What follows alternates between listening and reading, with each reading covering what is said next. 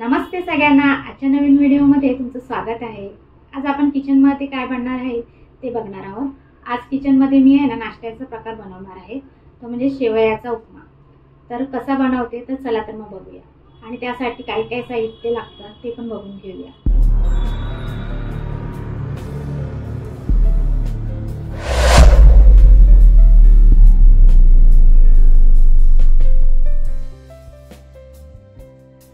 शेवयांचा उपमा बनवण्यासाठी आपण काय काय घेतलं आहे ना ते सर्वप्रथम आपण बघून घेऊया। सर्वप्रथम मी इथे ना शेवया घेतलेल्या आहेत, बारीक चिरलेला कांदा घेतलेला आहे, टोमॅटो घेतलेला आहे बारीक चिरून, फरसबी बारीक चिरलेले आहे, गाजर बारीक चिरून घेतलेला आहे, ओला वाटाणा, शेंगदाणे, बदाम आणि काजू घेतलेले आहेत, मिरची, कढीपत्ता घेतलेला आहे, चवीनुसार साखर आणि चवीनुसार मीठ घेतलेलं आहे। इथे मोहरी घेतलेली आहे, पाणी आणि तेल घेतलेलं आहे। चला तर मग आपण कृतीला सुरुवात करूया। इथे मी गॅसवर एक मांड ठेवलेला आहे तापण्यासाठी, आणि तोपर्यंत इथे एका साईडला मी पाणी गरम करण्यासाठी ठेवलेलं आहे। इथे ना मला पाणी गरम लागणार आहे, तर इथे आहे ना पाणी गरम करण्यासाठी ठेवलेलं आहे। ते तोपर्यंत आपला टोप पण गरम होणार आहे, आणि टोप गरम झाला ना की याच्यामध्ये आता मी तेल टाकणार आहे। आपला हा टोप आहे ना गरम झालेला आहे, तर याच्यामध्ये मी तेल टाकणार आहे। तेल गरम झालं ना की त्याच्यामध्ये मी शेवया टाकून देते, आणि छानपैकी आहे ना त्या परतून घ्यायच्या। मी शेवया आहे ना परतून घेते छान। त्याचा थोडा कलर चेंज झाला ना मी काढून घेणार आहे।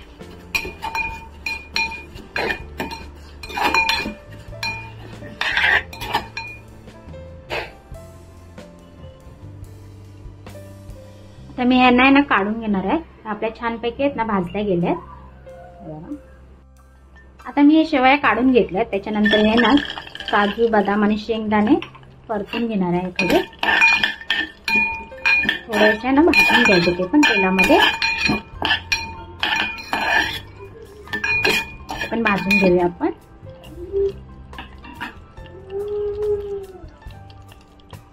हे आपले आहेत ना काजू, बदाम, शेंगदाणे भाजून झालेले, ते पण मी आता काढून घेणार आहे। आता मी ह्याच्यामध्ये आहे ना मोहरी घालणार आहे। मोहरी छानपैकी तडतडली ना की त्याच्यामध्ये आपण कढीपत्ता घालायचा, ह्या मिरच्या पण घालायच्या,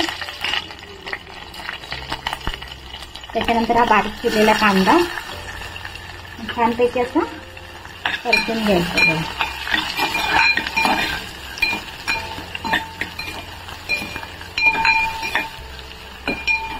छानपैकी आहे ना त्याचा कलर चेंज होईपर्यंत परतून घ्यायचा।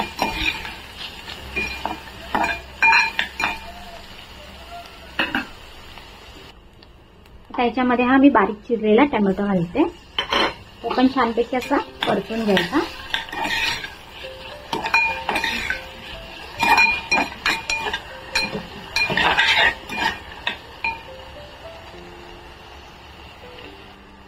कांदा आणि टोमॅटो छानपैकी परतून झाले ना की त्याच्यामध्ये मी हा ओला वाटाणा टाकणार आहे, बारीक चिरलेली फरसबी आणि बारीक चिरलेला गाजर, तो पण छानपैकी ना परतून घेऊया आपण।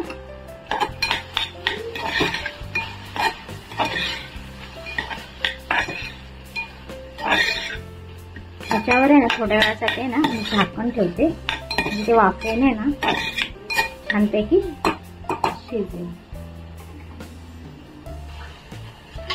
मी ना झाकण ठेवते थोड्या वेळासाठी। आता मी झाकण काढते, चेक करते। त्याच्यामध्ये मी आहे ना शेवया ऍड करणार आहे, पण छान अशी मिक्स करून घ्यायची।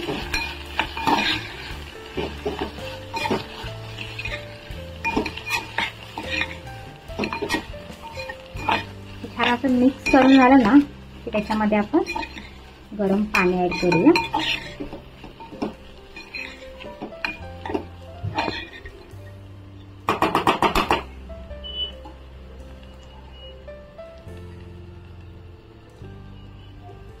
आता याच्यामध्ये मी आहे ना मगाशी गरम केलेलं पाणी ॲड करणार आहे.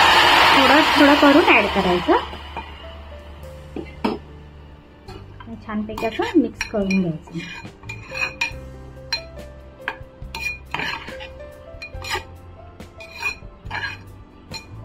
तर मी ह्याच्यावर आहे ना झाकण ठेवणार आहे. त्याला उकळी आली ना की आपला उपमा तयार होईल. तर ह्याच्यामध्ये आपल्याला चवीपुरती साखर आणि मीठ घालायचं राहिलेलं आहे. तर मी थोड्या वेळासाठी आहे ना ह्याच्यावर झाकण ठेवते. आता मी इथे आहे ना चेक करते झालं की नाही. ऑलमोस्ट होतच आलेलं आहे. आता मी इथे आहेत ना ह्या शेवया जाड वापरलेल्या आहेत. बारीक शेवया वापरलेल्या नाहीये. जाड शेवया वापरायच्या. इथे आपलं आहे ना आता हे होतच आलेलं आहे. आता मी ह्याच्यामध्ये आहे ना चिमूटभर चवीपुरती साखर घालते आणि चवीपुरतं मीठ छानपैकी आहे ना मिक्स करून घ्यायचं.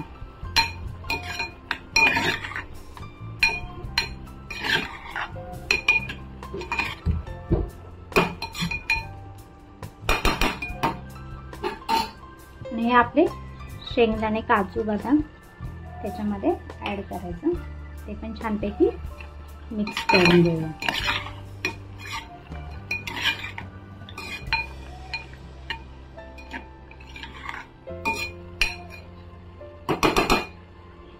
मी ना झाकण ठेवते थोड्या वेळासाठी.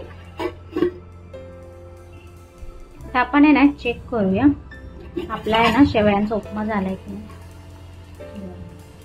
आपल्या आहेत ना शेवया छानपैकी ना शिजल्या आहेत. हे बघा सगळं वाटाणा वगैरे पण शिजला. ओला ग्रीन पीस छानपैकी असं आपला आहे ना शेवयाचा उपमा तयार झालेला आहे.